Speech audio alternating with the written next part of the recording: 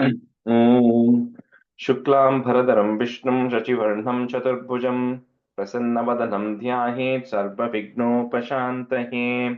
ॐ सहना भवतु सहनौ भुनक्तु सह वीर्यं करभावहै तेजस्विनावधीतमस्तु मा विद्विषावहै।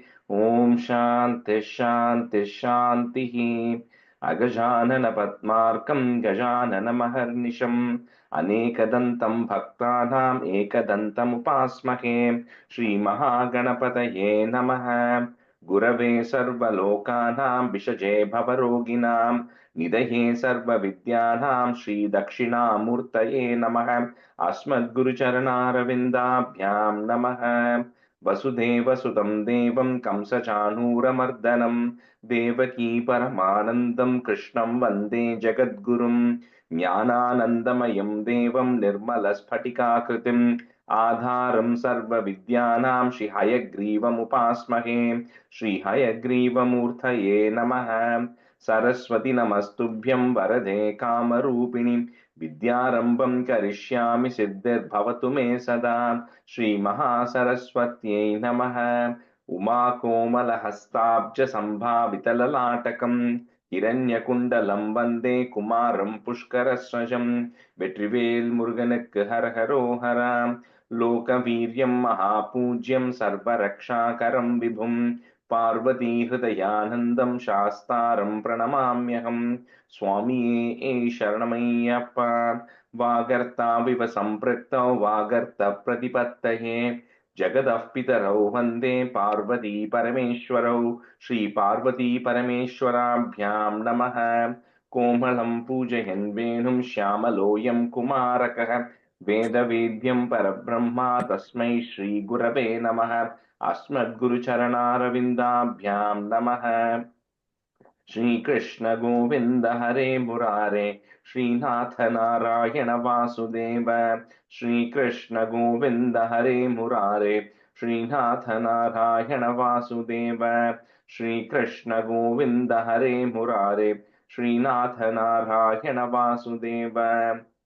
पीताम्बरं करविराजितचक्रशङ्खकौमोदकी सरसिजं करुणासमुद्रं राधासहायम् अतिसुन्दरमन्दहासं वातालयेशम् अनिशं हृदि भावयामि। कृष्णो रक्षतु मां चराचरगुरुः कृष्णं नमस्ये सदा। कृष्णेनैव सुरक्षितोऽहमसकृते कृष्णाय दत्तं मनः। कृष्णादेव समुद्भवो मम विभो कृष्णस्य दासोऽस्म्यहम्। कृष्णे भक्तिरचञ्चलास्तु भगवन् हे कृष्ण तुभ्यं नमः। श्रीगुरुवायूरप्पा शरणं नम्राणां सन्निधत्ते सततमपि पुरस्तैरनभ्यर्थितानपि अर्थान् कामानजस्रं वितरति परमानन्दसान्द्रां गतिं च। इत्थं निःशेषलभ्यो निरवधिकफलः पारिजातो हरे त्वं क्षुद्रं तं चक्रवाटी ध्रुममभिलषति व्यर्थमर्त्यव्रजोऽयम्। श्रीगुरुवायूरप्पा शरणं श्रीभट्टपादम् अनिशं हृदि भावयामि। वंशी विभूषितकरात् नवनीरदाभात् पीताम्बरात् अरुणबिम्बफलादरोष्टात् पूर्णेन्दुसुन्दरमुखात् अरविन्दनेत्रात् कृष्णात् परं किमपि तत्त्वमहं न जाने.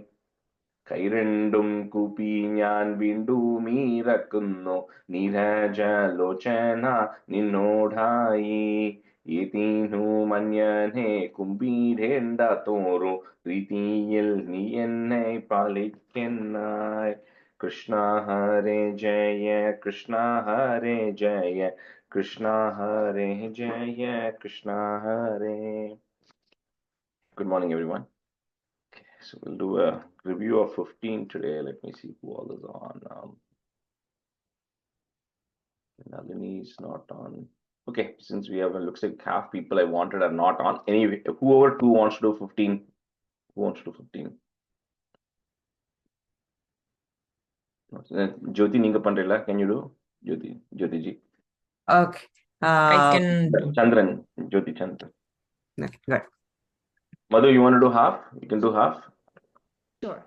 I had a rough week. I haven't No worries. practiced much, but I will try definitely. All right, Jyoti ji, why don't you start and then Madhu, you can do the other half.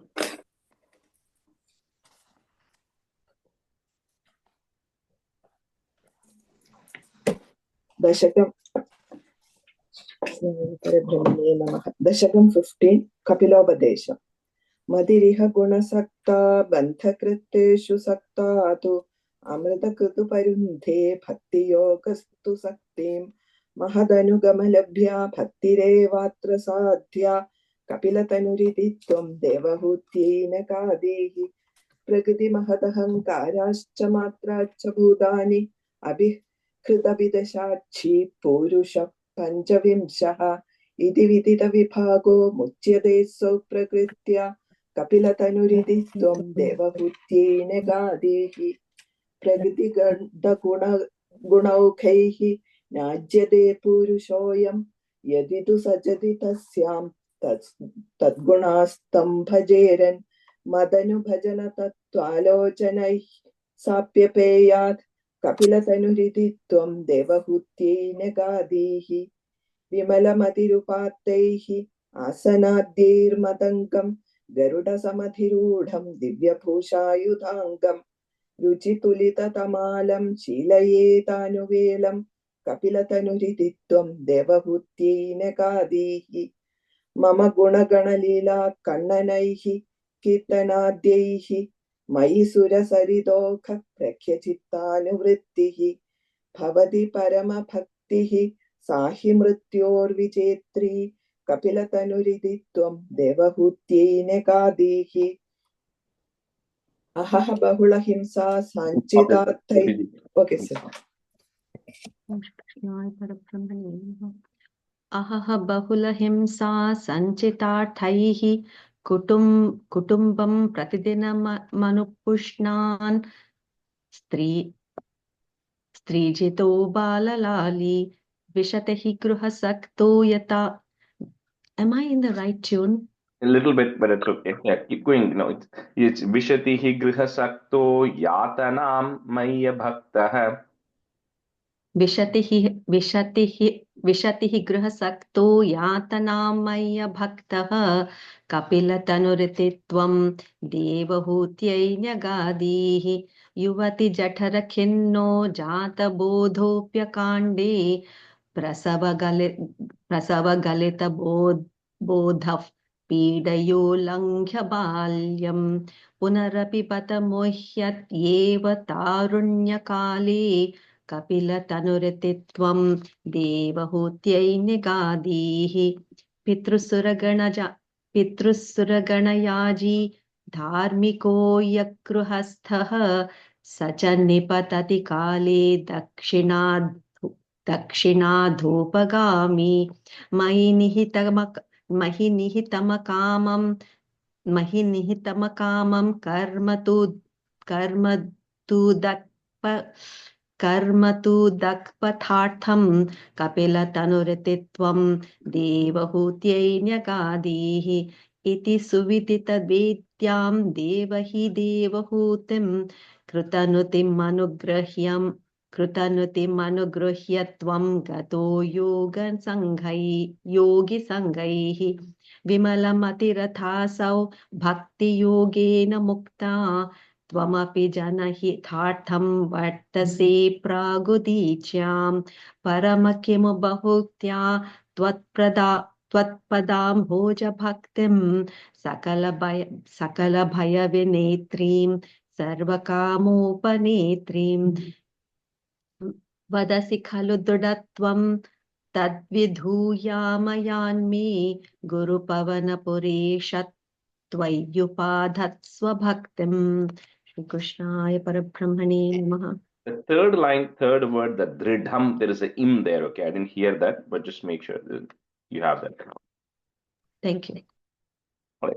Let's start with continue with Dasakam 16 today. I think we have finished first 5, but I think I have not mentioned the meaning of 5, but we'll start from 6 anyways. We'll say the meaning.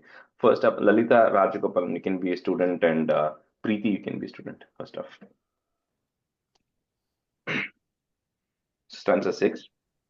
भीत्यालमङ्गज वसन्त सुराङ्गनाभो मन्मानसं त्विह ब्रुवाणः त्वं विस्मयेन परितस्तुवतामथैषां प्रादर्शयस्व परिचारककातराक्षीः. So last class we were seeing this Narayana avatar going on. And the purpose, it was to get rid of Sahasra Kavacha. That was one of the purpose of it. But also at the same time, Nara and Narayana were like the height of the yogic power, people who had, or beings who had yogic power, because they continued to remain for a long time, and a lot of people end up going to the Badrikashrama, that area, to go meet with Nara and Narayana. Anyway, at one point when they were actually gaining so much yogic power, Indra was beginning to feel a little afraid that his powers are going to go away, and Narayana or Nara would become the next Indra. So he always sends somebody to disturb the penance, right, to remove the yogic power. So like we saw in the Ashtanga Yoga, you can reach up to a particular point, but then if you fall from there, you have to start all over again. So what Indra does is he sends Kamadeva and a few other, damsels, etc., to go disturb their penance. So they all go there, and first you have to create the right environment, right? Because if it's too hot or too cold, then nobody is going to feel distracted. They are busy just doing their yogic penance. So the Kamadeva creates the right environment in terms of temperature, fragrance, all of that. And they all these damsels are there trying to disturb Nara and Narayana. So at the time, nothing happens. They remain completely focused. And in fact, what happens is Narayana, because of their yogic powers, they can create beings. So they can actually, from his mind, he creates more beautiful women. And when the Kamadeva and everybody looks at it, right, they're trying to show the point that I'm not going to get disturbed by mortals trying to come and impact my penance, right? So he created more beautiful beings, and then more prettier than what the damsels had come, and then tells them, like, look at, these are the products of my mind. Right, that's where he says here, in this sixth stanza, that I can create even pretty, and I'm not going to get impacted by that because I'm beyond all these material afflictions and all of that stuff. So do not waste your time trying to come and distract me. So Bhityalam Angaja. If you want to break, you can break at that ma. Bhityalam Angaja Vasanta Suranganavo, comma Man Manasam. So through his mind, Man Manasam Tviha Jushadvam iti Bruvanah Tvam Vismayena Paritaha. Put the is to join. Paritas Stuvatamataisham, comma Pradarshayah. Put the is to join. Pradarshayas Swa Paricharaka Kata Rakshihi. Bhintyalamangaj Vasanta Suranganavo Manmanasam Tviha Jushadvamite Bruvanah Tvam Vismahena Paritastuvatamathayisham Pradarshayaswa Paricharaka Katarakshihi. Vidyalamangaj Vasanta Suranganavo Manmanasam Tviha Jushadvamite Bruvanah Tvam Vismayena Paritastuvatamathayisham Pradarshayasva Paricharaka Katarakshihi. Vidyalamangaj Vasanta Suranganavo Manmanasam Tviha Jushadvamite Bruvanah Tvam Vismayena Paritastuvatamathayisham Pradarshayasva Paricharaka Katarakshihi. भीत्यालमङ्गजवसन्तसुराङ्गनावो मन्मानसं द्विहद्विषद्वमिति ब्रुवाणः त्वं विस्मयेन परितस्तुवतामतैषां प्रादर्शयस्व परिचारककातराक्षीः भीत्यालमङ्गजवसन्तसुराङ्गनावो मन्मानसं द्विहद्जुषद्वमिति ब्रुवाणः त्वं विस्मयेन परितस्तुवतामतैषां प्रादर्शयस्व परिचारककातराक्षीः. Rajeshri, one small question. Sorry. The first line, I think the second line. After Manmanasa, what is the word there? It's Tviha, Tviha, Tviha. Tviha, okay. அங்க half na இருக்கு எனக்கு, so அதான் எனக்கு கொஞ்சம் The confusing. Manmanasam Tviha. There's no na there. Okay. Manmanasa tviha. Manmanasam Manmanasam tviha. tviha. Okay. Thank you. Unless that manasam, the sir kapram, because ta is coming later, in some context they don't put im, they put a in. So unless your in is for that purpose. Okay, but the next word is tviha, Tviha, tviha. Stanza 7. Sammohanaya milita madanadayaste tvaddasika parimalaikhila mohamapuhu dattam tvaya cha jagruhustrapayaiva sarvasvarvasi garbhashamanim punarurvashim tam. So the whole idea was to remove the pride that Indra and Kamadeva had, where they thought that they could come and disturb Nara and Narayana out of their senses. So Nara and Narayana said, you cannot break my senses. No, I have very good control of my senses. So none of this is going to work. And what Narayana ends up doing is, from his thigh, which is Uru, he pats his thigh, and from his thigh, another beautiful damsel comes. So she is called Urvashi because she came from the Uru of Narayana. So he says, okay, let me create a being for you because you send more beautiful women to distract me. Let me create an even prettier, beautiful lady. And that's how Urvashi comes up. And then he says, I'm giving this as a gift to Indra. So you can go take Urvashi back to Indra Lokam, Swarga Lokam, and she can be with Indra. This is a gift from my side. And the whole thing was done to humble the pride of Kamadeva, who all came to disturb. So they all feel very awkward now because they came to, beat Narayana. But then, like he came up with the most pretty lady that they had ever seen because that's what is going to happen later as well when Indra goes. So that's what is happening in this. That's how Urvashi comes about. Sammohanaya milita madanadayaste, Tvad dasika parimalaihi, put a ih, parimalai, kila mohamapuhu, dattam tvaya cha jagruhus trapayaiva sarva, and then put a plus, swarvasi garva shamanim, who then became, used to remove the garva of all the swargavasas. So swarvasi garva shamanim punar urvashim tam. So the third and fourth line are together. Sammohanaya milita madanhadayaste tvaddasika parimalai kila mohamapuhu dattam tvaya cha jagruhustrapayaiva sarvasvarvasi garvashamanim punarurvashim tam. सम्मोहनाय मिलिता मदनादयस्ते त्वत्तासिका परिमलैः किल मोहमापुः दत्तां त्वया च जगृहुस्त्रपयैव सर्वस्वर्भासि गर्भं शमनीं पुनरुर्वशीं ताम्. Lalita, the first line after the first line, there is a comma, okay, at the end of the first line. Oh, sorry. Madanadaya.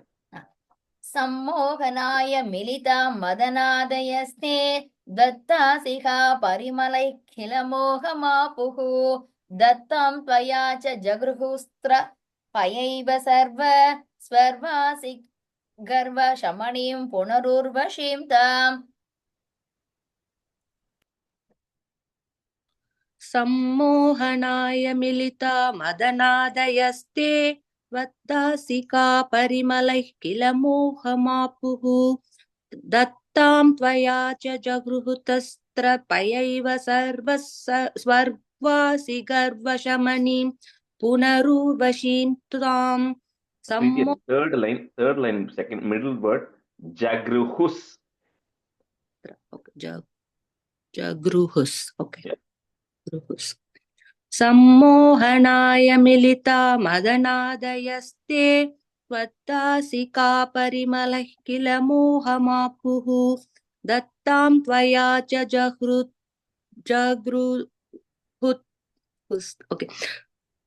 दत्तां त्वया च जगृहुस्त्रपयैव सर्वस्वर्वासि गर्व शमनीं पुनरुर्वशीं ताम्.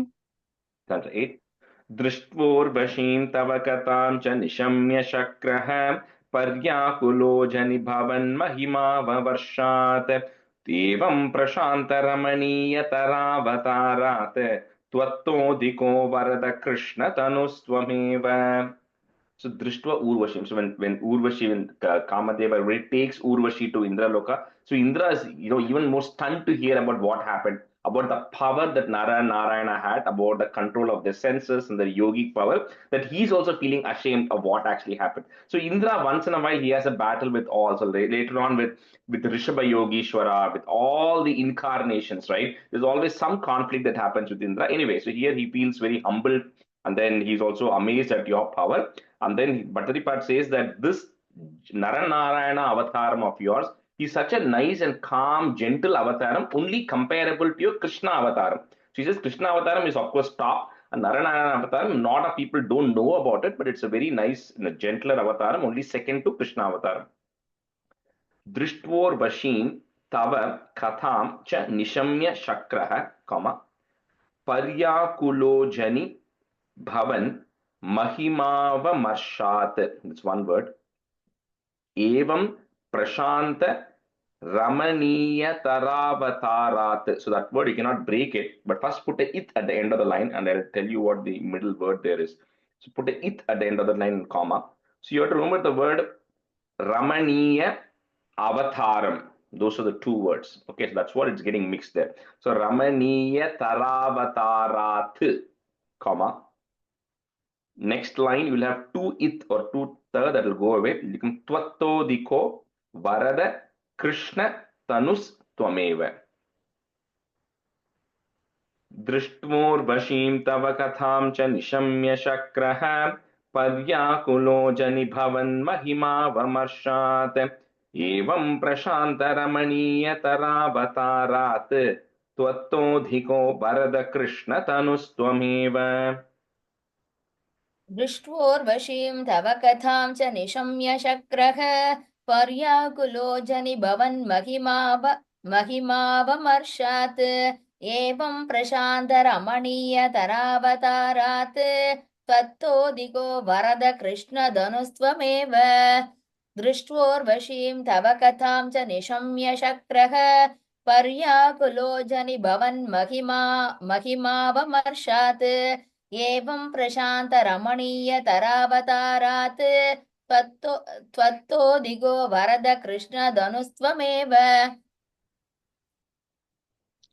दृष्ट्वोर्वशीं तव कथां च निशम्य शक्रः पर्याकुलो जननि भवन्महिमावमर्शात् एवं प्रशान्तरमणीयतरावतारात् त्वत्तोधिको वरद कृष्णधनुस्त्वमेव दृष्ट्वोर्वशीं तव कथां च निशम्य शक्रः पर्याकुलो जनि भवन्महिमावमर्शात् एवं प्रशान्तरमणीयतरावतारात् त्वत्तोधिको वरद कृष्णतनुस्त्वमेव. Answer 9. Dhakshastudhaturatilalanaya rajondho natyadritastvai cha kashtamashantiraasit yena vyarundasabhavattanumeva sharvam yagne cha vairapishune swasutam vyamanit. So with 8, the Narayanayana story comes to an end. But if you remember how this Dasakam started, it started with Daksho Virincha Tanayo. So it started about the 16 daughters of Daksha, who they all got married to. We said the first 13 went to Dharmadeva, and from then Narayanayana came. And then he said the last one, he said Sati then got married to Shiva. That was the 16th daughter, one of the daughters of Daksha, right? So the last two stanzas, Bhattaripat is trying to condense the whole incident that happens with Daksha and Shiva and Sati, right? So you all know the stories. I won't get into the details of it, but when Daksha once, he was coming in to perform a big sacrifice. So at that time when he comes in, everybody gets up except two people. So one of them was Brahma and one of them was Lord Shiva, right? And then they were just sitting in that place. So Daksha gets very annoyed. And of course, he can't do anything to Brahma because he comes from Brahma. So he can't get annoyed at Brahma. But Shiva, being his son-in-law, he got very annoyed at Shiva. So there's a lot of verbal abuse that goes on between Daksha's side and Shiva's side. Shiva doesn't say anything at all, but there's a lot of abuse going on about why Daksha did not get respect. Anyway, later on, when he's conducting another such sacrifice, Shiva has a very prominent place in all these yajnas. But Shiva and Sati are not invited. Which Sati comes to know, she goes and talks to Shiva, but Shiva knows what's going to happen, and he says you shouldn't go uninvited. But Sati says, but you can always go uninvited to your father's house. That exception rule was always there. But anyway, so she goes there and she sees that she's completely neglected. She sees that there's no offering that has been assigned for Shiva and all of that. So she gets very upset about it. And she then comes to know what actually happened in the previous one. And she then self-immolates herself, right? And Sati then, with her yogic power, she's able to burn herself off. She goes away. Then Shiva, then of course from his matted hair, Veerabhadra comes and then he goes and cuts off Daksha's head. And then eventually they all come to a truce and is replaced with the goat's head, and the yajnam comes to a completion. So that's the whole Daksha story, which you all know in detail. That is what is covered in 9 and 10, where the 10th stanza ends with your help, with Vishnu's help, Narayana's help, this yajna is then completed along with everybody's, everybody's getting peace at end towards the end, and the yajna comes to an end. So Dakshastu Dhaturati Lalanaya Rajontho, comma. So Raja, Mr. Raja Gunam that is there because of this anger and jealousy. Natyadritas Tvai Cha Kashtam Ashanti Rasit. You can break at that ma. Kashtam Ashanti Rasit. Yena Vyarunda Sa Bhavat Tanumeva Sharvam, comma. Yagne Cha Vaira Pishune Swasutam Vyamanit. Dhakshastu Dhaturatilalanaya Rajontho Natyadritastvai cha Kashtamashantirasite Yena Vyarundasa Bhavattanumeva Sharvam Yagne cha Vairapishune Swasutam Vyamanite. Dakshastu Dhaturatilalanaya Rajanto Nadyadridastvai cha Kashtamashantirasite Yena Vyarundasa Bhavadhanumeva Sharvam Bhavattanumeva Sharvam Yagye Chavaira Bhishune Swasutam Vyamanite Dakshastu Dhaduраtilala Nayara Jandho Rajondho. Oh, Rajondo, sorry. Dakshastu Dhaduраtilala Nayara Jondo Nadyadridastvai Kashtamashantirasite Yena Vyarundasa Bhavat Tanumeva Sharvam Yagye Chavaira Pishune Swasutam Vyamanite.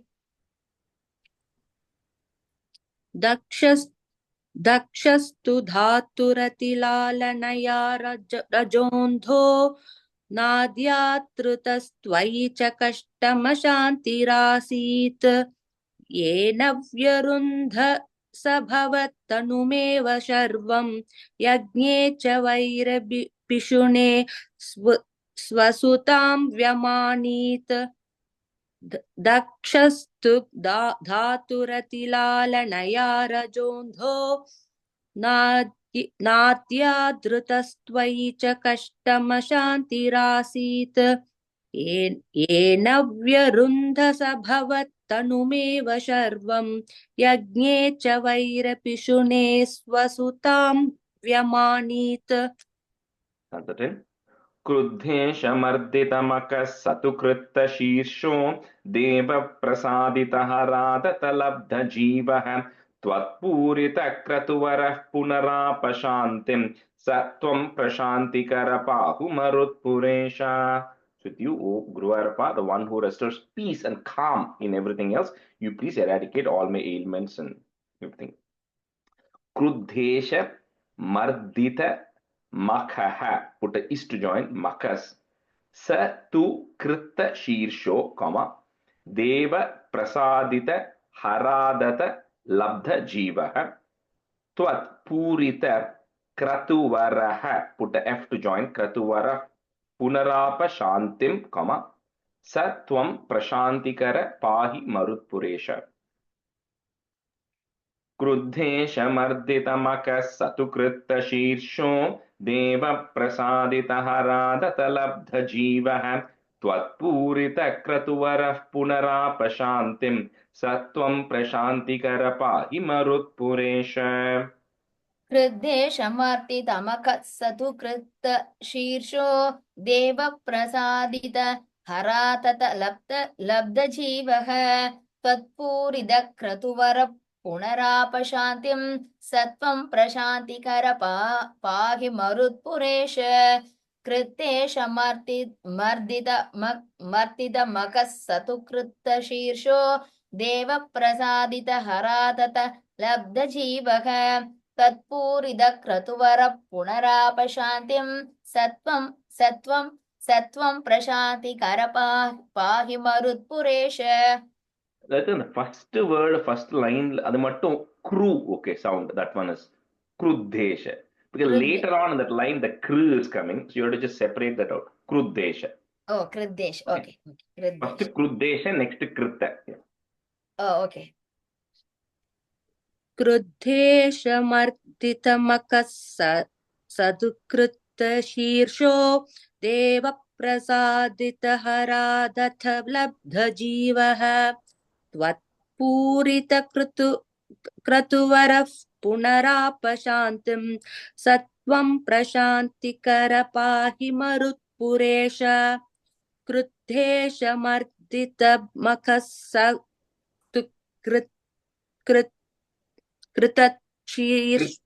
कृत्तशीर्षो क्रुद्धेशमर्दितमकसधुकृत्तईर्षो కరెక్టా ఉంది దో ಇಲ್ಲ kritta is one word, kritta, kritta sheersho. కృత శీర్షో Yeah. క్రుద్ధేశమర్దితమకసదుకృత్త प्रसादित हरातत लब्धजीवः त्वत्पूरितक्रतुवर. Mute learning. Oh, sorry. Oh, I am sorry. I am so sorry.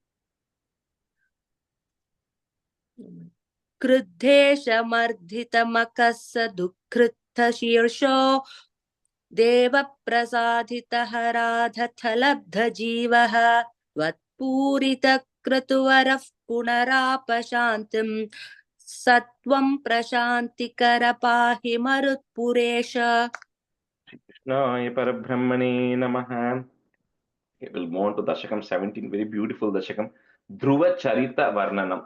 So the context, why do we have to learn about Dhruva, right? How has that to do with being religious?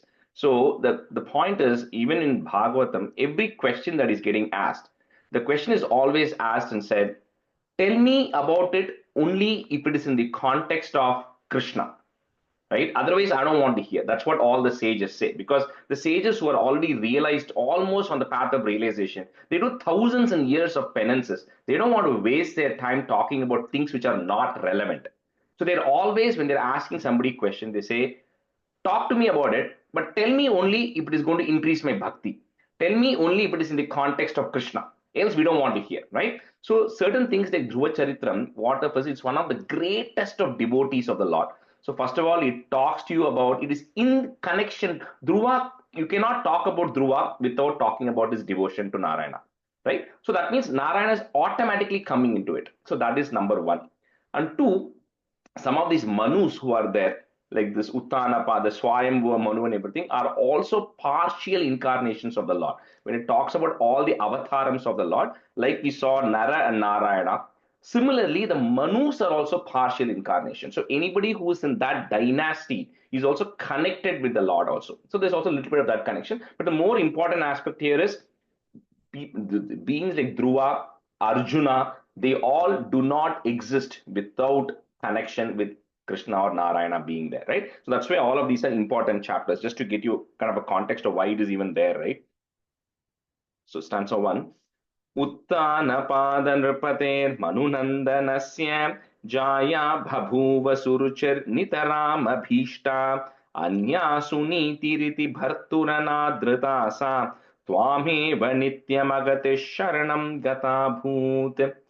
So that Swayambhuva Manu Shatarupa, the first Manu and the Shatarupa, his wife Shatarupa, they had 5 children. So they had 2 boys. So one of them we saw how Devahuti, she got married to Kardama. That was one of the daughters of among the 5 children. Prasuti is going to come later. Now, the two boys who they had was Uttanapada is one of them.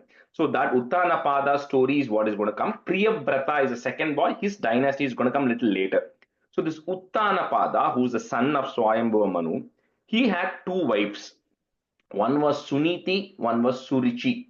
Now, here, of course, Suruchi, who was his second wife, or whom he married later, was much more dearer to Uttanapada. And the other wife, Suniti, was ignored for whatever reason, right? And because she was ignored, she doesn't get to spend time with the king. So what does she do? She has no other choice. She says, Tvameva Nityam Agati Sharanam. So she was always devoted to you, O Lord, because she had nothing else. The king never used to take care of her. So people always, when such obstacles are thrown, they take it in a positive stride. They say, good, I don't have to go work with the king. I'll spend my time instead doing my prayers, right? So with that, she was always devoted to you, and that's how she spent her time. So Uttanapada Nripater Manu Nandanasya, comma, Jaya Bhabhuva Suruchir Nitaram Abhishta. If you want to break it, that ma, if you want. Nitaram Abhishta. Anya Sunitiriti Bharturanadritasa, comma, Twameva Nityam Agatihi. Is that put a ish to join? Nityam Agatish Sharanam Gata Bhut. Uttanapada Nripater Manunandanasya Jaya Bhabhuva Suruchir Nitaram Abhishta Anya Sunitiriti Bharturanadritasa Tvameva Nityam Agate Sharanam Gata Bhut. Uttanapada Nripater Manunandanasya Jaya Babhuva Suruche Nidarama Bhishta Anya Sunitiriti Barduranadridasa Tvameva Nityam Agadish Sharanam Gada Bhut. Uttanapada Nripater Manunandanasya Jaya Babhuva Suruchi Nidarama Bhishta Anya Sunitiriti Barduranadridasa Tvameva Nityam Agadish Sharanam Gada Bhut.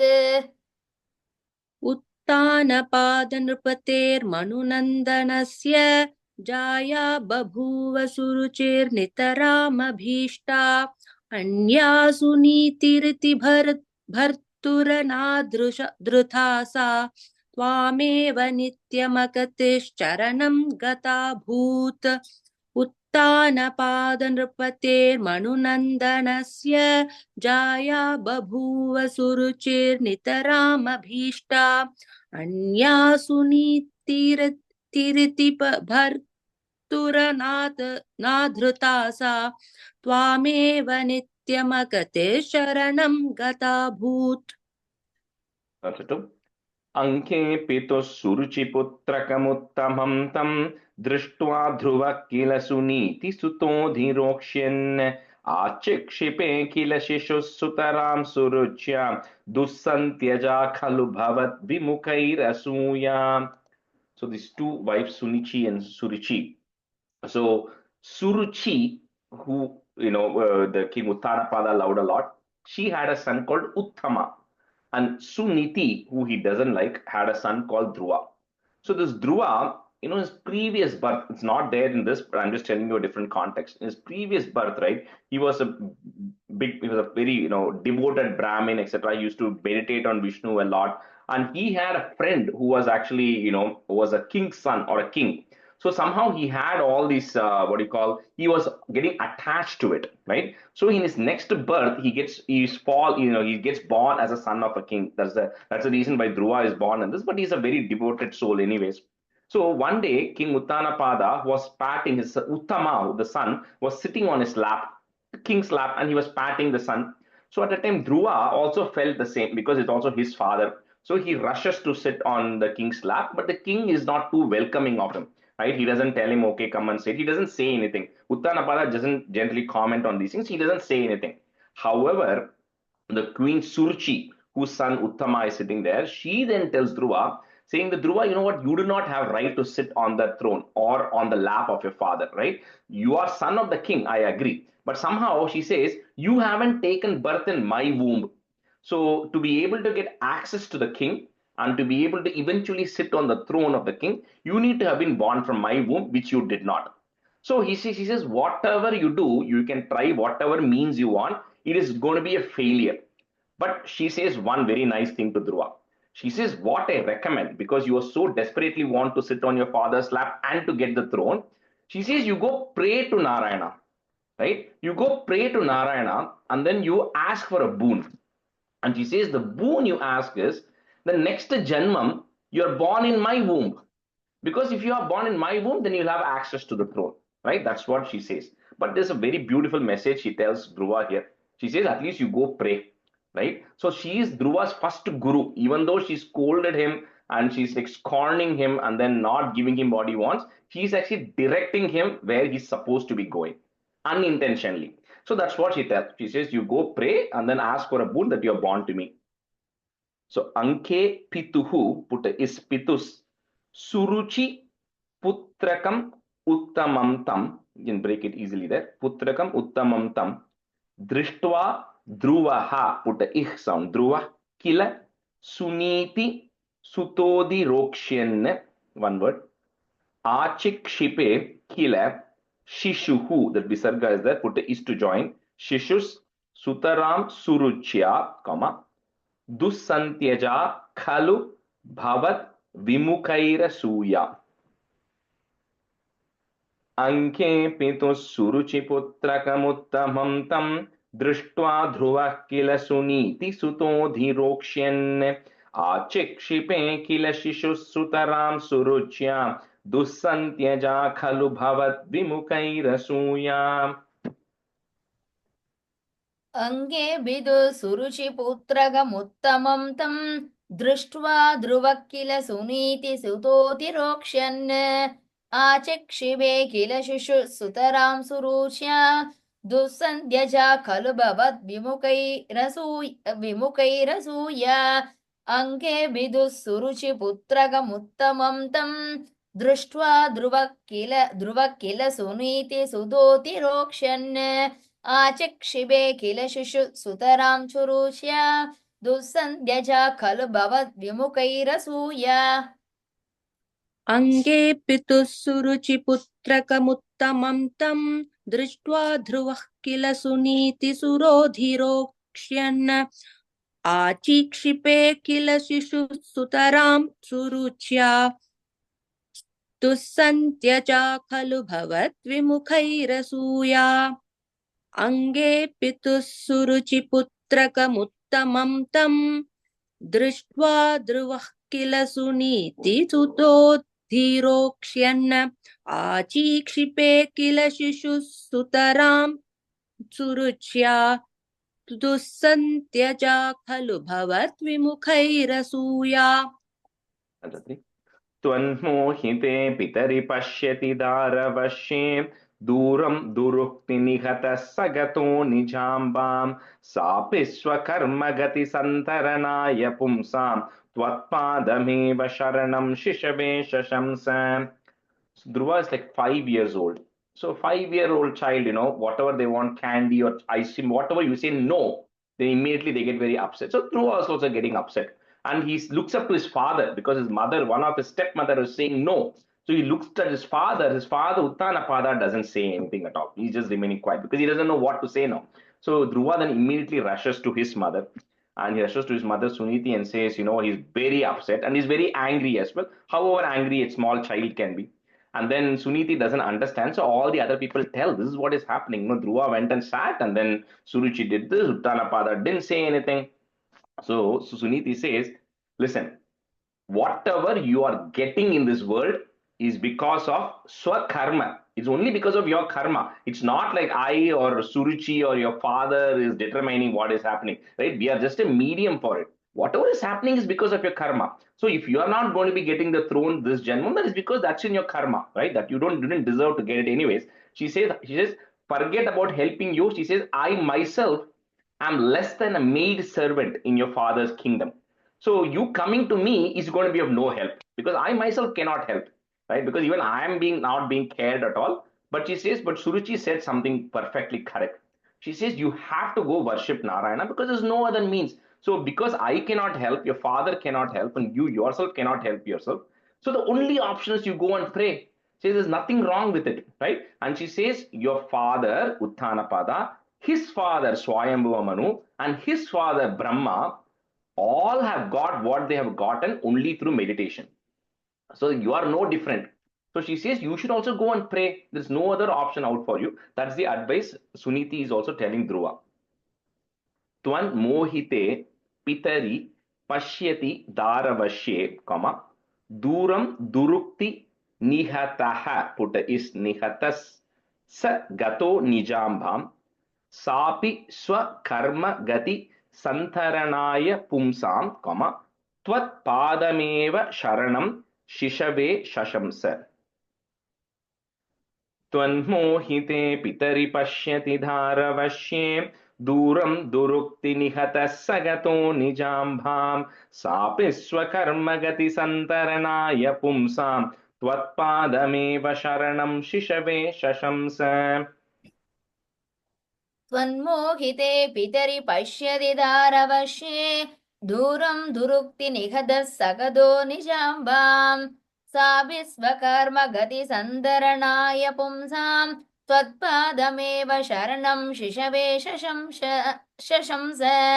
त्वन्मोहिते पितरि पश्यति दारवश्ये दूरं दुरुक्ति निहतः सगतो निजाम्बां सापि स्वकर्म गति सन्दरणाय पुंसां त्वत्पादमेव शरणं शिशवे शशंस. त्वन्मोहिते पितरि पश्यति दारवश्ये दूरं दुरुक्ति निहतः सकतो निजाम्बां सापि स्वकर्म गति सन्तरणाय पुंसां त्वत्पादमेव शरणं शिशवे शशंस. The third line, sapi swa karma gati. Oh, I said krama. Sorry. Yeah.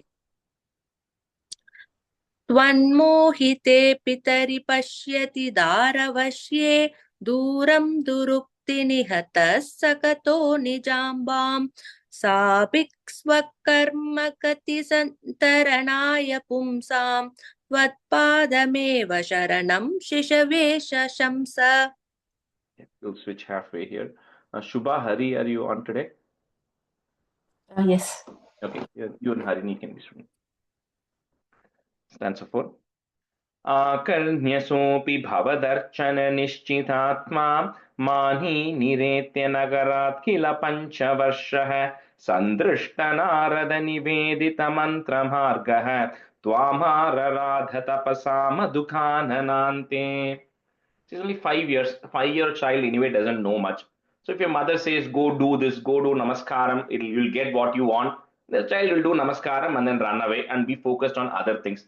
But this Dhruva was somehow, he was like so determined here, right? He was like, I really need to get that kingdom. And that initially, that's how he starts, right? I really need to get that kingdom. I really need to sit on my father's lap.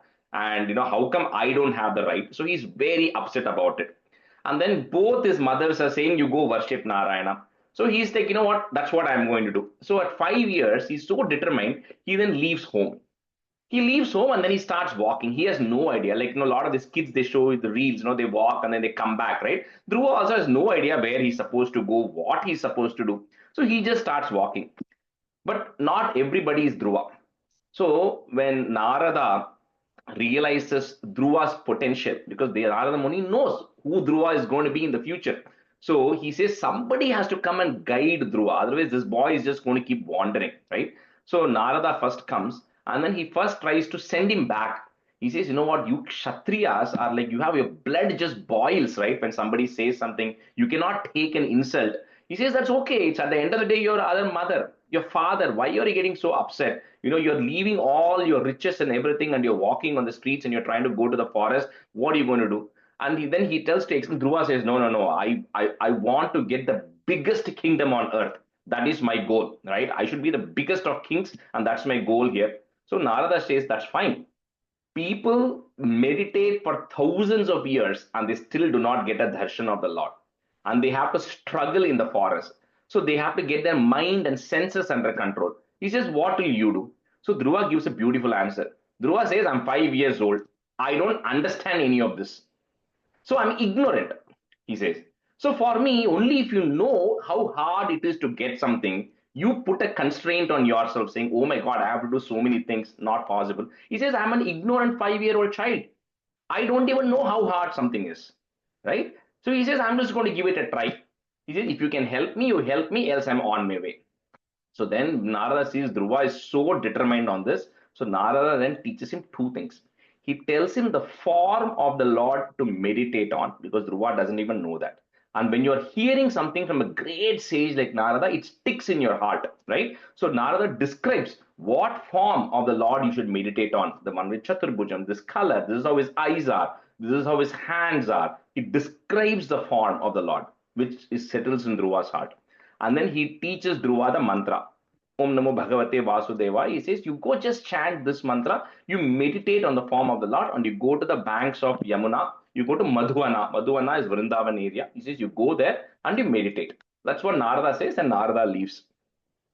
So, Akarnya Sopi Bhavadarchana Nishchitatma Mani Niretya Nagarat Kila Panchavarshaha Sandrishta Narada Nivedita Mantra Margaha, add a visarga and comma, Margaha. Next line, that is goes away. Tvam araradha tapasa madhukhana nante.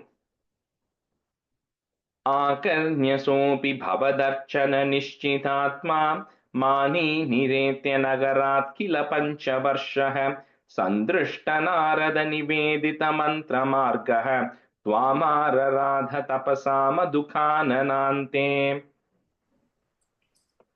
आकर्ण्यसोऽपि भवधर् चलनिश्चितात्मा मानी निरेत्य नगरात् किल पञ्चवर्षः सन्दृष्टनारद निवेदितमन्त्रमार्गः त्वं न आरधा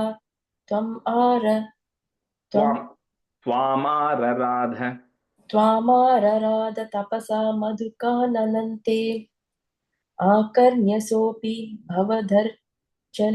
भवदर्चन् निश्चितात्मा मानी निरेत्य नगरात् किल पञ्चवर्षः सन्दृष्टनारद निवेदितमन्त्रमार्गः त्वामारधाद तपसा मधुकाननान्ते. And the last line, Shubha. Madhukananante. Madhukananante.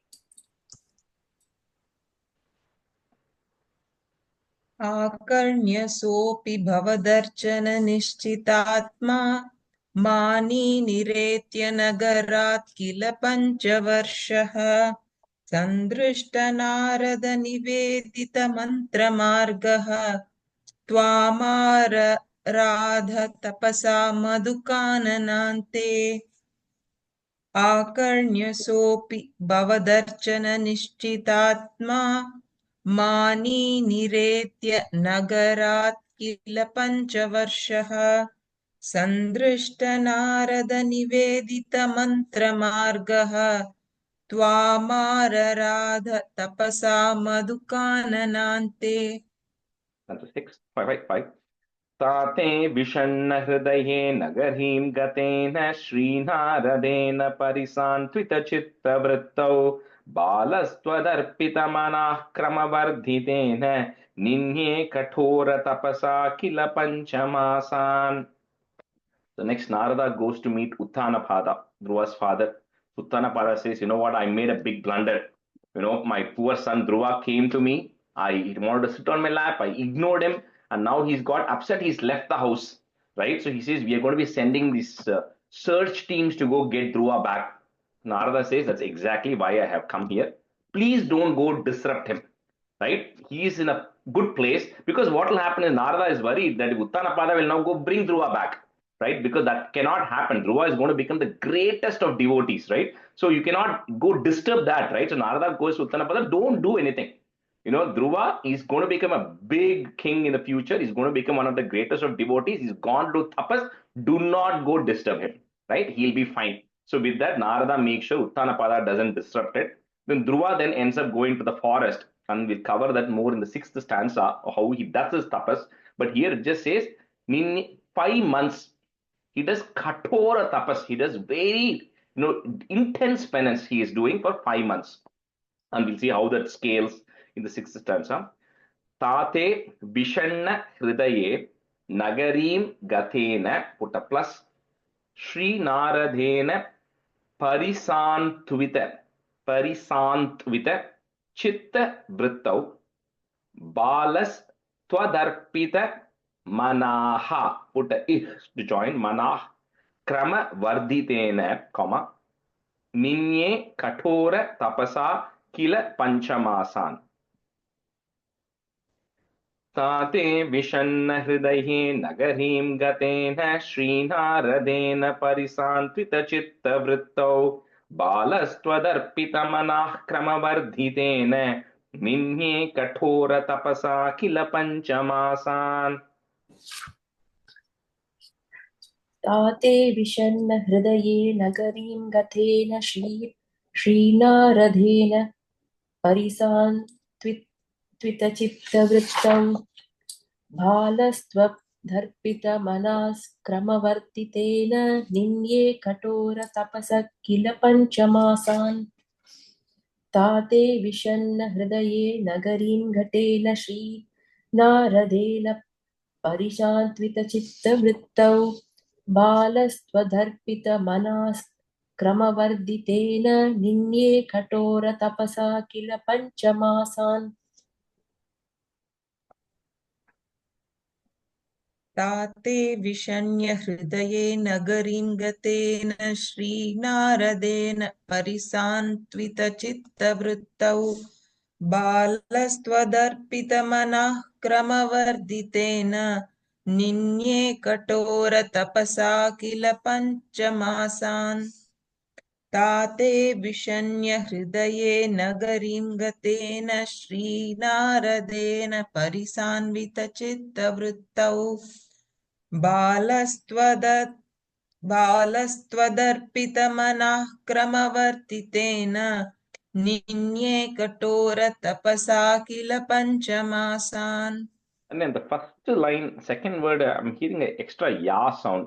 Vishanna Hridaye. Oh, Vishanna. Okay. Yeah, I think you're saying Vishanya or something. I was hearing a ya. Yeah. Okay. Tate Vishanya. Thank you. Vishanna. Vishanna. Vishanna. Thank you. Stanza 6. Tavatapobhala niruchvasite digante devartitastvamudayat karunardrachetah Twadrupa chidrasanilina mateh purastate avirbhabhuvita vibho garudadhirudah. So the penance that Dhruva does. So in case any of you are wondering, how do I make God come and stand in front of me in 5 months? You can follow this path that Dhruva does. So the first month, he's in the forest, of course, right? He's given up everything. So he only eats fruits and berries every 3rd day in his first month, right? So that way he can keep his body, not getting distracted, because his whole purpose is to be meditating and to be thinking. And he only says one mantra. He doesn't say anything else, but he eats only every 3rd day, and he only eats the fruits and berries, the first month. In the 2nd month, he doubles it. So instead of eating every 3 days, he only eats every 6 days. And he stops fruits, and he goes one level low on that. And then he starts only eating the dry leaves, which are actually there, every 6 days. In the 3rd month, he adds another 3. So he only eats or drinks every 9 days, and he only drinks only water. He stopped eating leaves also, and he's in a complete trance, and all he's doing is just sitting and meditating, and he's only drinking water every 9 days. In the 4th month, he even stops drinking water, and he only inhales air, right? That's all. He's surviving on just inhaling air, and he's getting a complete control over his senses and his breathing. Everything is under control by the 4th month. The 5th month, which is the end of his tapas, he had kind of mastered his breathing so much, because he's been just surviving on breathing, that he was now able to stand on one leg, and then without any motion, without moving, And then he was able to concentrate his mind fully on the Parabrahman, and all he was doing, he had all his sense objects under control. His mind was not getting distracted, absolutely no diversion, and he had controlled his breathing and was just thinking about the Lord. So when that happened, what happens is he kind of connected to the Parabrahma inside of him, which is the supreme consciousness which connects everybody. So once you feel one with the supreme consciousness, then if you stop breathing, the whole world will stop breathing, because you are now one with that consciousness. So now what happens is, in that point where he suddenly beginning to stop breathing. So when he stops breathing, the entire world is getting affected. So all these demigods, they are all feeling the impact of Dhruva's pen, and so they rush and say, Narayana, you better go in front of Dhruva fast, because otherwise he's not breathing. That's going to destroy everybody else also in this planet. That is the level of intense tapas that he does for 5 months. So now the Lord has to now go meet, and Bhagavan will come and stand in front of Dhruva. Dhruva is not going to open his eyes, because it's so much in intense concentration. So what happened was, the form that Narada had told Dhruva to worship on, which is in his mind, that form had to come out of his mind and stand in front of him. Because number one, only if that form goes out of his mind is Dhruva going to open his eyes. And if Dhruva opens his eyes, and if you or I go and stand and say, I am Parabrahman, he's not going to accept, because he has a certain form in mind. So just like how we said, even for Kapila and everybody, whatever form you want to worship, you can worship. That form will come in front of you. That's what happens to Dhruva. So after 5 months, that form suddenly one day goes out of his mind. So he's surprised. He opens his eyes, and then he sees the Lord standing in front of him in that form after 5 months. So Tavat Tapobhala Niruchvasite. There's an ich and a two ich coming, one small Sanskrit first cha, second cha. So Niruchvasite Digante, comma, Devartitas Twamudayat Karunadra Chetaha. Karunadra Chetaha. Twadrupa Chidrasa Nilina Matehe. Put a F to join. Mateh. Purastat. Put a it at the end of that line. Purastat. Next line, the will become a. Avir bhavuvita vibho garudadi rudaha. You come seated on a garuda, because that was the form Dhruva was imagining. Tavat tapo bhala niruchvasite digante devartitastvamudayat karunardrachetaha twadrupa chidrasanilina mateh purastat avir bhavuvita vibho garudadhirudaha. तावत् तपोबल निरुच्वसिते निगन्ते देवार्तितस्त्वमुदयत् करुणार्धचेतः त्वद्रूपचिद्र निलीनमते पुरस्ताद् आविर्बहुवितविभो गरुडाधिरूढः. And the second Shivana, second line, the second part half of it, Karunardra Chetaha. Karunardra Chetaha. And the third line, Chidrasa. Sir sound there. Chidrasa. Okay. Tavat tapobala niruchvatsite digante devartitas tvamudayat karunardra Chetaha twadrupa chidrasa nilina mate purastad avar bahu vitavibho garuda dirudaha. The second line, last word, Chetaha. Okay, so R sounded there. Oh, Chetaha.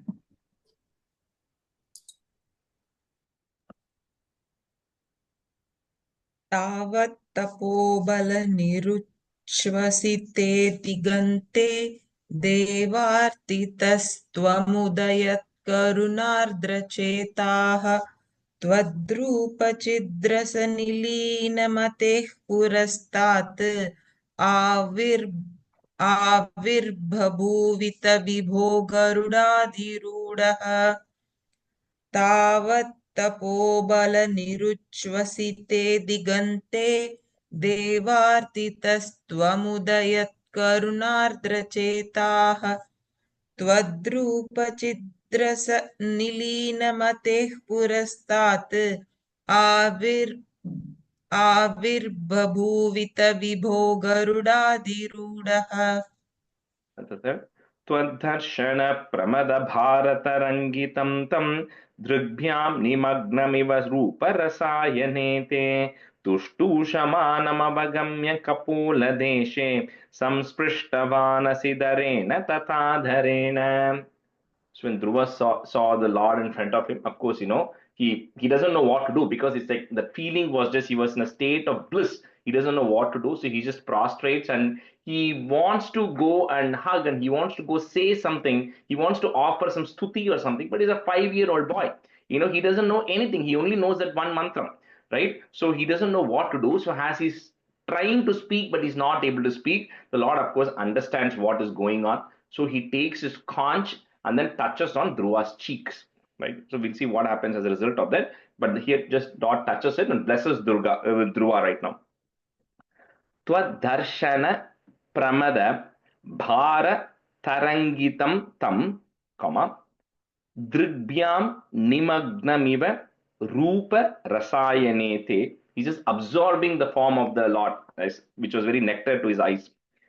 Tushtushamanam avagamya. You can break at that ma. Tushtushamanam avagamya kapola deshe, comma, samsprishtavanasi darena tathadarena. Tvadarshana pramada bharatarangitam tam dribhyam nimagnamiva rupa rasayanete तुष्टूषमानम अवगम्य कपोल देशे संस्पृष्टवानसिदरेण तथाधरेण. त्वद्धर्षण प्रमद भारतरङ्गितं तं दृग्भ्यां निमग्नमिव रूपरसायने ते तुष्टुसमानम् अवगम्य कपोलदेशे संस्पृष्टवानसिधरेण तथाधरेण. त्वद्धर्षण प्रमद भारतरङ्गितं तं दृग्भ्यां निमग्नमिव रूपरसायने ते तुष्टुसमानम् अवगम्य कपोलदेशे संस्पृष्टवानसिधरेण तथाधरेण.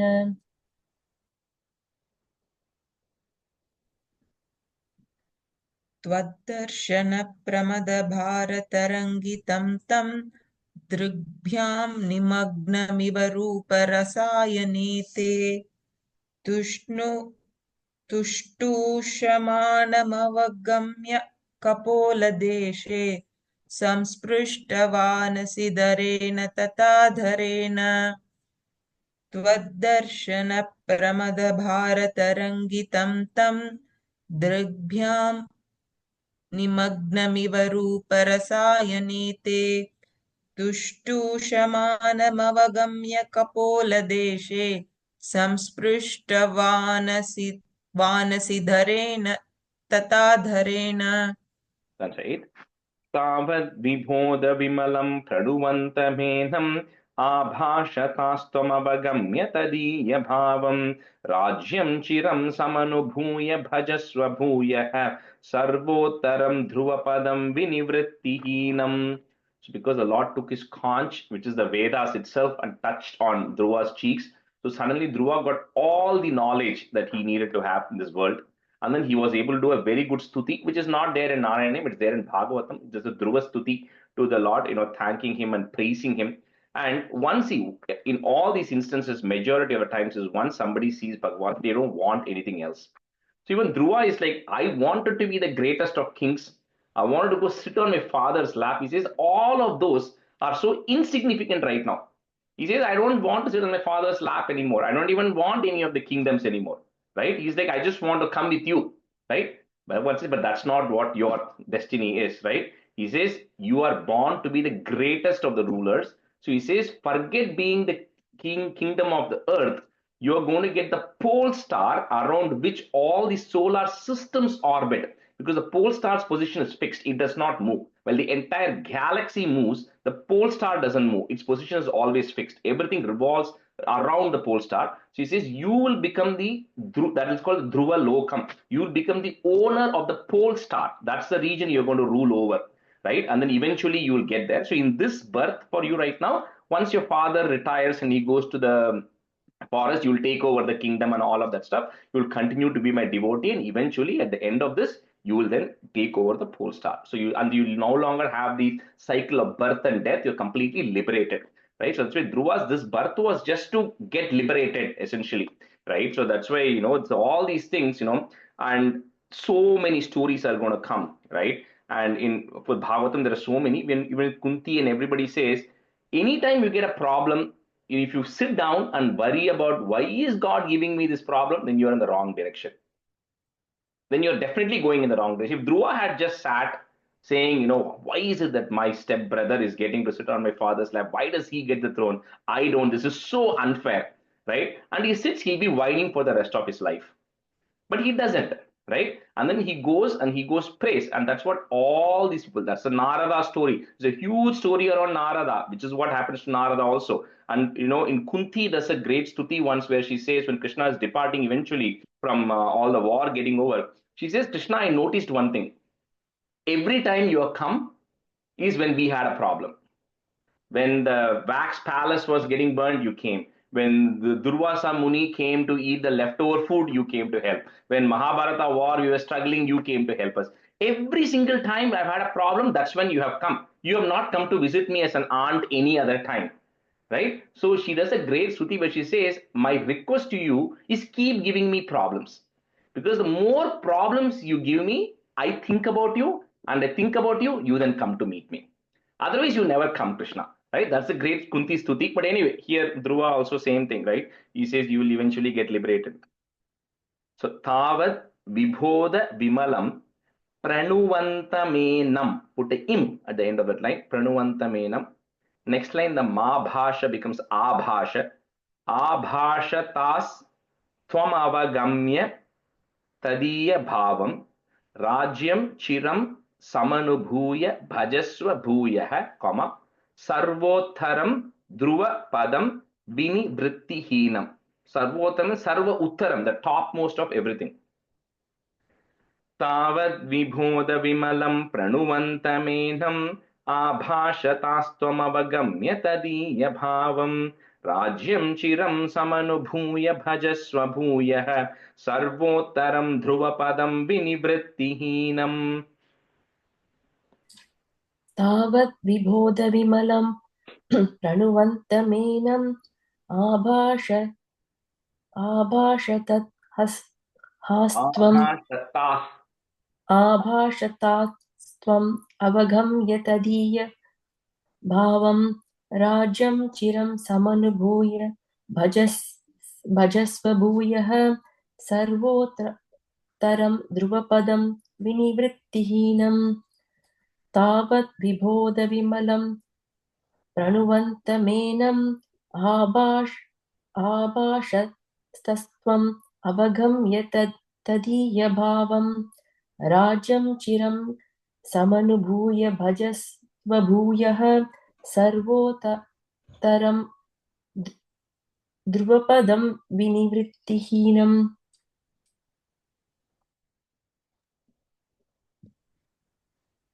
तावद्विबोधविमलं प्रणुवन्तमेनम् आभाषतास्त्वमवगम्य तदीयभावं राज्यं चिरं समनुभूय भजस्व भूयः सर्वोत्तरं ध्रुवपदं विनिवृत्तिहीनम् तावद्विबोधविमलं प्रणुवन्तमेनम् आभाषतास्त्वमवगम्य तदीयभावं राज्यं चिरं समनुभूय भजस्व भूयः सर्वोत्तरं ध्रुवपदं विनिवृत्तिहीनम्. इत्युचिषित्वयि गते नृपनन्दनोऽसौ आनन्दिताखिलजनो नगरीमुपेतः रेमे चिरं भवदनुग्रहपूर्णकामः ताते गते च वनमाधृतराज्यभारः. So even though the Lord says all this, Dhruva is not happy. He's like feeling, I think I made a mistake. After who will get the chance to have Bhagwan coming and standing in front of you in 5 months' time? And if Bhagwan is coming and standing you, why would you ask for anything material, right? You would want to all just merge with the Lord. But then he knows if God is giving him something, that's the right thing for him. So eventually he comes back to the kingdom, everybody's happy, and then everything goes on fine. Eventually, Uttanapada gets old, he retires, he goes off to the forest, and then Dhruva then takes over the kingdom, right? And it's normal now. Ityuchishi tvai gate nripa nandano sau. So put a sau at the end of the line. You will have a sa, so make it sau. Nripa nandano sau, comma. If you have Vanandita, make it Anandita. So Anandita Akhila. So it's together. Anandita Akhila Jano Nagari Mupetaha Reme Chiram Bhavadanugraha Purna Kamaha. Put a visarga and comma, end of that line. Next line, it starts with the is, that will go away. Tate Gate Cha Vanam Adhrita Rajya Bharaha. So he takes over the kingdom. Ityuchishe tvai gate nripanandanoऽsau आनन्दिताखिलजनो नगरी मुपेतः रेमे चिरं भवदनुग्रहपूर्णकामः ताते गते च वनमातृतराज्यभारः. इत्युचिषि त्वयि गते नृपनन्दनोऽसौ आनन्दिता किल जनो नगरिमुपेतः रेमे चिरं भवदनुगृहपूर्णकामः ताते गते च वनमादृतराज्यभारः. Shubhan, the second line, last word, Nagarim, long E. Nagari, okay, Nagari. Nagarim upetah. Yeah. इत्युचिषि त्वयि गते नृपनन्दनोऽसौ आनन्दिता किल जनो नगरीमुपेतः रेमे चिरं भवदनुगृहपूर्णकामः ताते गते च वनमादृतराज्यभारः.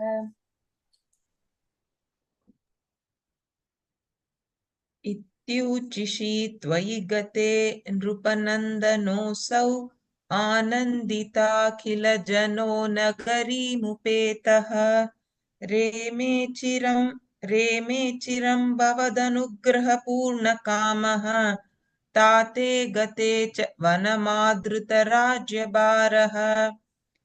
इत्युचिषि त्वयि गते नृपनन्दनोऽसौ आनन्दिताखिलजनो नगरीमुपेतः रेमे चिरं भवदनुग्रहपूर्णकामः ताते गते च वनमादृतराज्यभारः.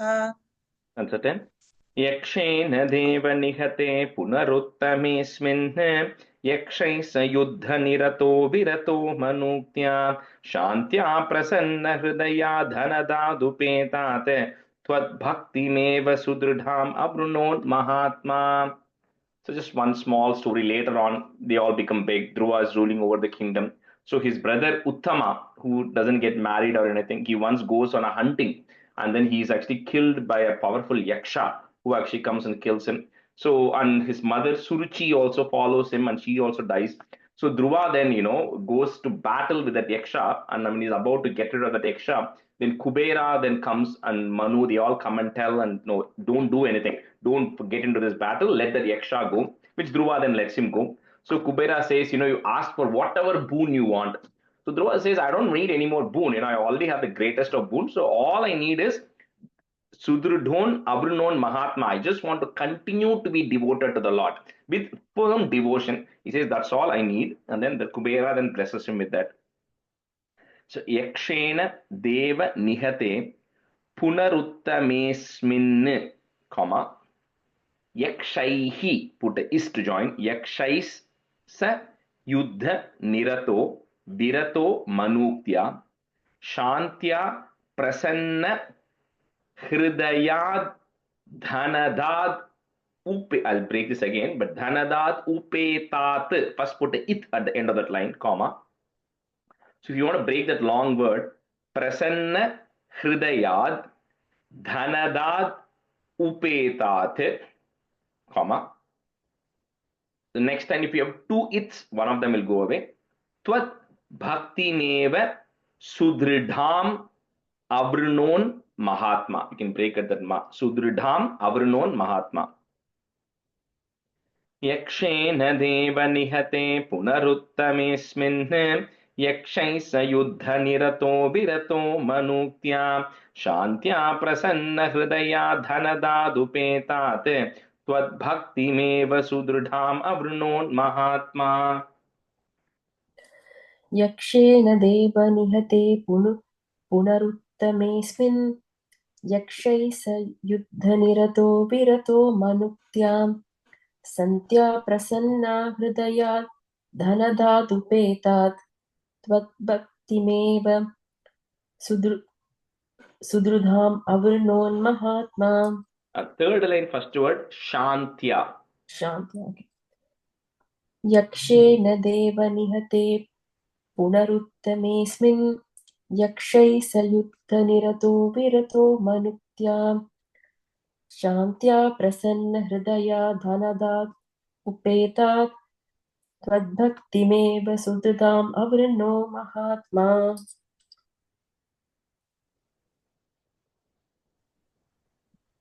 यक्षेण देव निहते पुनरुत्तमेऽस्मिन् यक्षे स युद्धनिरतो विरतो मनुक्त्या शान्त्या प्रसन्न हृदयाद्धनदादुपेतात् त्वद्भक्तिमेव सुदृढाम् अवृणोन्महात्मा. Third line, if you want the hridayad dhanadad upetat, you can break it into three parts there.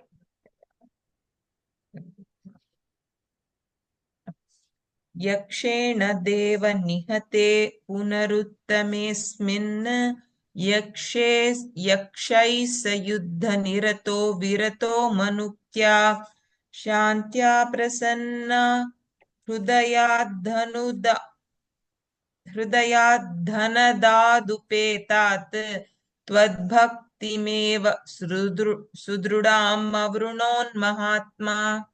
Last stanza. अन्ते भवत् पुरुषनीत विमानयातो मात्रा समं ध्रुवपदे मुदितो यमास्ते एवं स्वभृत्य जनपालनलोलधीस्त्वं वातालयाधिपनिरुन्धि ममामयौघान्. Finally, when the time comes, then Dhruva, along with his mother, are then taken over to Dhruva Loka, where he says, you are still there, Dhruva, there. Because of Dhruva Loka, that pole star doesn't ever get destroyed. It always remains there, even after the daily pralayams of Brahma. So you are continuing to remain there with your mother, who never, lets go your devotees. Right? Eventually, you is always intent on protecting your devotees. Please eradicate all my ailments also. Ante bhavat purusha nita vimana yato, matra samam dhruvapade muditoyamaste evam svabhritya jana palana lola dhistvam, vatalayadhipa nirundhi mamama yaughan. अन्ते भवत् पुरुषनीत विमानयातो मात्रा समं ध्रुवपदे मुदितो यमास्ते एवं स्वभृत्य जनपालनलोलधीस्त्वं वातालयाधिपनिरुन्धि ममामयौघान्. अन्ते भवत् पुरुषनीत विमानयातो मात्रा समं ध्रुवपदे मुदितो यमास्ते एवं सभृत्य जनपालनलोलधिस्त्वं वातालयधिप निरुन्धि ममामयो यौघान्. The last line, Vatalayadhipa. अन्ते भवत् पुरुषनीत विमानयातो मात्रा समं ध्रुवपदे मुदितो यमास्ते एवं सबृत्य जनपालन लोलदिष्ट्वं वातालयाधिप निरुन्धि ममामयाघौ Mamamayau. ममा no ममामयाघौ Lele. Mamamayaugan. ममामयौघान् Yeah.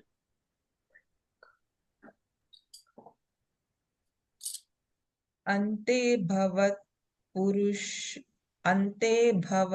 पुरुषनीत विमानयातो मात्रा समं ध्रुवपदे मुदितो यमास्ते एवं स्वभृत्य जनपालनलोलदीस्त्वं वातालयाधिपनिरुन्धि ममामयौघान् अन्ते भवत्पुरुषनीतविमानयातो मात्रा समं ध्रुवपदे मुदितो यमास्ते एवं स्वभृत्य जनपालनलीलदीस्त्वं वातालयाधिपनिरुन्धि ममामयौघान्. The third line, Harini, Loladhistam. You said Leela. Loladistvam. Okay. Shri Krishnaya Parabrahmane Namaha. In the class here today.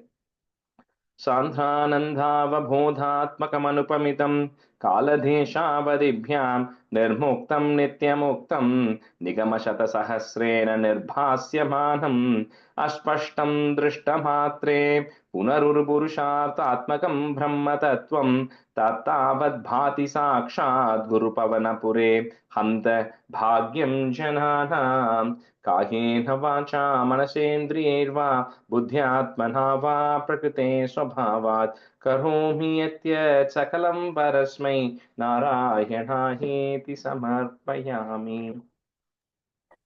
Thank you. Thank you. Thank you. Thank you, Rajesh. Thank you. Thank you. Thank you, Rajesh ji. Thank you.